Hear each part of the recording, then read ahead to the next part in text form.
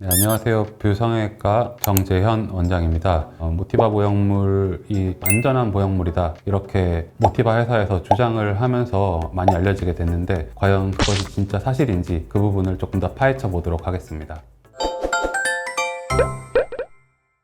성형 카페들에서 이렇게 알려져 있는 모티바의 이미지에 대해서 먼저 한번 보시면, 어떤 분께서는 모티바가 가격은 비싸도 부작용에 안전한 건 기본이고, 모양, 촉감, 수술 후기 제일 만족도 높은 보형물이긴 한 것 같아요, 이렇게 달아주셨는데, 조금 부작용이 상대적으로 적다, 이런 부분까지는 사실인 것 같고요. 모양, 촉감은 저는 보형물마다 각각의 특징이 있다고 생각을 해요. 그래서 그거는 이제 상담을 통해서 결정하는 게 좋을 것 같습니다. 다음 분은 부작용 확률 낮은 건 모티바죠. 구축률이 0.5%래요, 이렇게 적어주셨는데, 예전에 한 10년 전에 쓰던 보형물들은 구축 확률이 한 10% 정도 됐어요.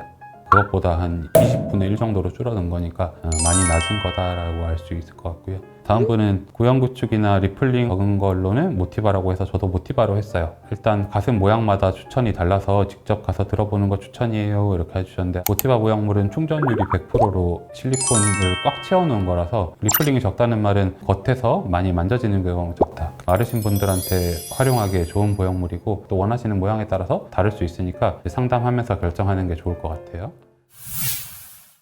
이제 지금부터는 모티바 회사에서 FDA의 승인을 받기 위한 절차로 제출한 데이터를 한번 보면서 얘기를 나눠보고자 하는데요. 천천히 조금씩 읽어보면은, 모티바가 나온 지가 13년이 됐고, 그 사이에 320만 개의 보형물이 사용이 됐다.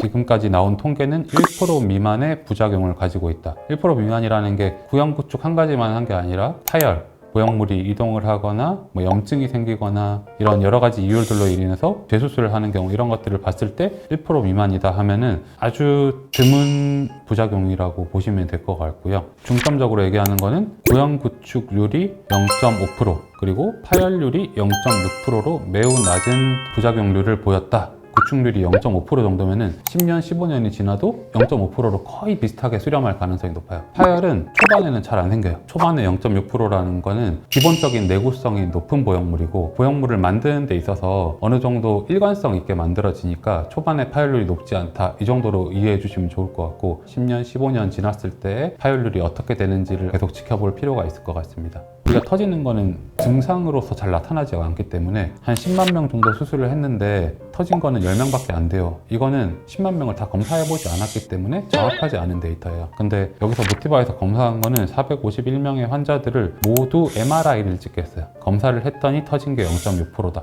이 말은 믿을 만한 거거든요. 초기의 파열률은 확실히 다른 보형물보다 낮고 내구성이 좋은 보형물이다.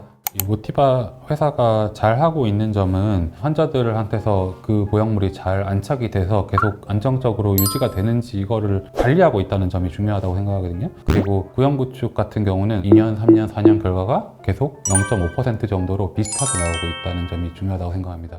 모티바 보형물이 구형 구축이 좀 낮은 게 체감이 되시나요? 첫 수술을 하시는 분들 같은 경우는 제가 수술을 깔끔하게 잘 했다면 어떤 보형물을 쓰더라도 어느 정도 잘 버텨준다 라고 생각을 하는데, 수술을 한 3번, 4번 받으셨고, 기존에 구형 구축이 있는 상태였고, 좋지 않은 환경에서 이제 새로운 보형물을 선택할 때 모티바가 구축률을 훨씬 더 유의미하게 낮춰준다고 생각하거든요. 재수술 상담 오실 때는 강력하게 추천해 드립니다.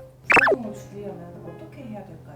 제일 좋은 거는 수술이 잘 돼야 되니까요. 수술 경험이 많은 그런 병원을 찾는 것도 물론 환자분들 입장에서는 중요할 거라고 생각하고요. 환자분들도 노력을 해주셔야 되는 게, 바쁘시더라도 방문하셔가지고 상태를 보고, 만약에 필요한 경우라면 초반에 조치가 취해져야지 조금 더 잘 맞춰질 수 있기 때문에 그런 부분이 중요하다고 생각합니다.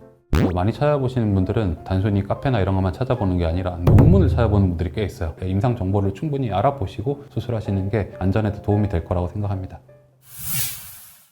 모티바 보형물의 안정성에 대해서 알아보는 시간을 가져봤습니다. 가슴 성형을 고민하고 계시는 많은 분들에게 도움이 되셨으면 좋겠습니다. 도움이 되셨다면 구독과 좋아요, 알림 설정도 함께 부탁드리겠습니다. 감사합니다.